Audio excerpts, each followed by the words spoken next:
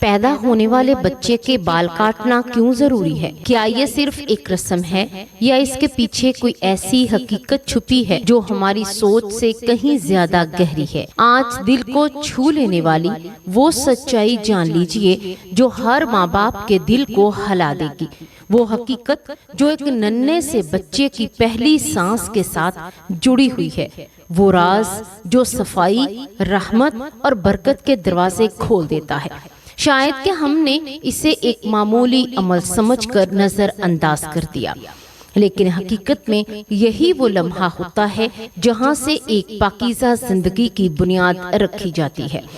بسم اللہ الرحمن الرحیم۔ السلام علیکم ورحمۃ اللہ وبرکاتہ۔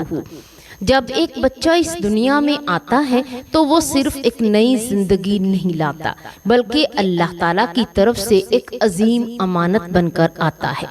اس کی ہر سانس، اس کی ہر مسکراہٹ اور اس کا ہر وجود ہمیں یہ یاد دلاتا ہے کہ اللہ نے ہمیں ایک بہت بڑی ذمہ داری عطا کی ہے۔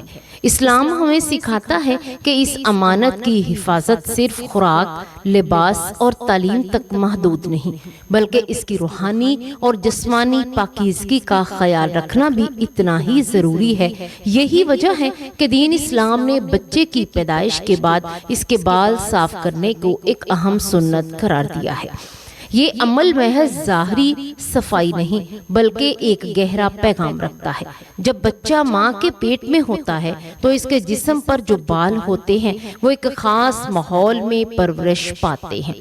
ان بالوں میں بعض اوقات میل یا ایسی چیزیں شامل ہو سکتی ہیں جو بچے کی جلد کے لیے مناسب نہیں ہوتی۔ جب ہم ان بالوں کو صاف کرتے ہیں تو وہ دراصل ہم بچے کو ایک نئی پاک اور صاف زندگی کی طرف لے جا رہے ہوتے ہیں۔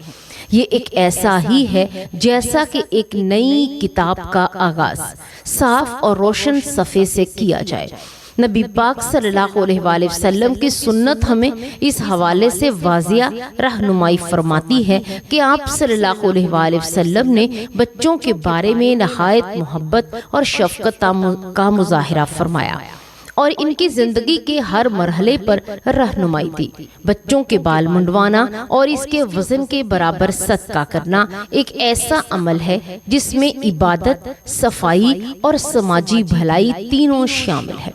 یہ ہمیں سکھاتا ہے کہ ایک مومن کی زندگی صرف اپنی ذات تک محدود نہیں ہوتی، بلکہ وہ دوسروں کے لیے بھی خیر کا ذریعہ بنتا ہے۔ حضرت فاطمہ رضی اللہ تعالی عنہا کا عمل ہمارے لیے ایک بہترین مثال ہے۔ انہوں نے اپنے بچوں کے بال منڈوائے اور ان کے وزن کے برابر چاندی صدقہ کی۔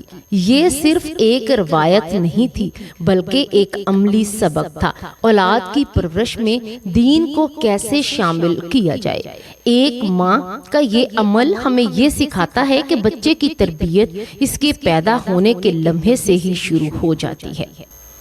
یہاں ایک اور بھی پہلو قابل غور ہے کہ یہ عمل بچے کے صحت کے لیے بھی فائدہ مند ہے۔ جب سر کے بال صاف کیے جاتے ہیں تو بچے کی جلد کو سانس لینے کا موقع ملتا ہے اور نئے مضبوط بال اگنے میں آسانی ہوتی ہے۔ یہ ایک قدرتی عمل ہے جو بچے کی نشوونما میں مددگار ثابت ہوتا ہے۔ اسلام نے جو ہدایت صدیوں پہلے دی تھی، آج سائنس بھی اس کی اہمیت کو تسلیم کرتی ہے، لیکن اصل بات نیت کی ہے۔ اگر یہ عمل صرف رسم کے طور پر کیا جائے تو اس کی تاثیر محدود ہو جاتی ہے، لیکن اگر اسے سنت سمجھ کر اللہ کی رضا کے لیے کیے جائے تو یہ ایک عظیم عبادت بن جاتا ہے۔ یہی وہ فرق ہے جو ایک عام کام کو خاص بنا دیتا ہے۔ جب والدین اپنے بچے کے بال کاٹتے ہیں تو وہ دراصل ایک دعا بھی کرتے ہیں کہ یا اللہ اس بچے کی زندگی کو پاکیزہ بنا دے، اسے دین کا راستہ دکھا اور اسے ایک نیک انسان بنا۔ اسلامی تعلیمات ہمیں یہ بھی سکھاتی ہیں کہ صفائی نصف ایمان ہے۔ ایک نومولود بچے کے بال صاف کرنا اسی اصول کا عملی اظہار ہے۔ یہ ہمیں یاد دلاتا ہے کہ زندگی کے ہر مرحلے پر صفائی اور پاکیزگی کو اہمیت دینی چاہیے۔ یہ صرف جسمانی صفائی نہیں بلکہ دل اور روح کی صفائی کا بھی ایک ذریعہ ہے۔ ایک بزرگ کا قول ہے کہ بچے کی تربیت اس کے پیدا ہونے سے پہلے ہی شروع ہو جاتی ہے اور پیدا ہونے کے بعد اس کا ہر عمل اس کی شخصیت پر اثر انداز ہوتا ہے۔ جب ہم اس کے بال صاف کرتے ہیں تو ہم دراصل اس کی زندگی میں ایک مثبت آغاز کر رہے ہوتے ہیں۔ یہ ایک علامت ہے کہ اب بچہ ایک ایسے ماحول میں پروان چڑھے گا جہاں دین، اخلاق اور محبت کو اہمیت دی جاتی ہے۔ آج کے دور میں ہم نے بہت سی سنتوں کو نظر انداز کر دیا ہے اور یہی وجہ ہے کہ ہماری زندگیوں سے برکت کم ہو جاتی رہتی ہے۔ اگر ہم دوبارہ سے ان سنتوں کو زندہ کریں، اپنے بچوں کی تربیت کے دین کو مطابق کریں تو یقیناً ہماری زندگیوں میں سکون اور خوشحالی آئے گی۔ بچے کے بال صاف کرنا ایک چھوٹا سا عمل لگ سکتا ہے لیکن اس کے اثرات بہت بڑے ہوتے ہیں۔ یہ عمل ہمیں عاجزی بھی سکھاتا ہے۔ ایک ننھے سے بچے کو دیکھ کر ہمیں احساس ہوتا ہے کہ انسان کتنا کمزور ہے اور اللہ کتنا طاقتور ہے۔ یہی احساس ہمیں اللہ کے قریب لے جاتا ہے اور ہمیں اس کی نعمتوں کا شکر ادا کرنے کی ترغیب دیتا ہے۔ جب ایک باپ اپنے بچے کو گود میں لے کر اس کے بال کاٹتا ہے یا ایک ماں اپنے بچے کے سر پر ہاتھ پھیرتی ہے تو یہ صرف ایک عمل نہیں ہوتا بلکہ محبت، دعا اور امید کا ایک حسین امتزاج ہوتا ہے۔ یہ وہ لمحہ ہوتا ہے جہاں دنیاوی اور روحانی خوبصورتی ایک ساتھ نظر آتی ہے۔ اگر ہم غور کریں تو ہمیں معلوم ہوگا کہ اسلام کا ہر حکم ہمارے فائدے کے لیے۔ بچے کے بال صاف کرنا بھی انہیں خوبصورت احکامات میں سے ایک ہے جو ہمیں نہ صرف جسمانی بلکہ روحانی فائدہ دیتا ہے۔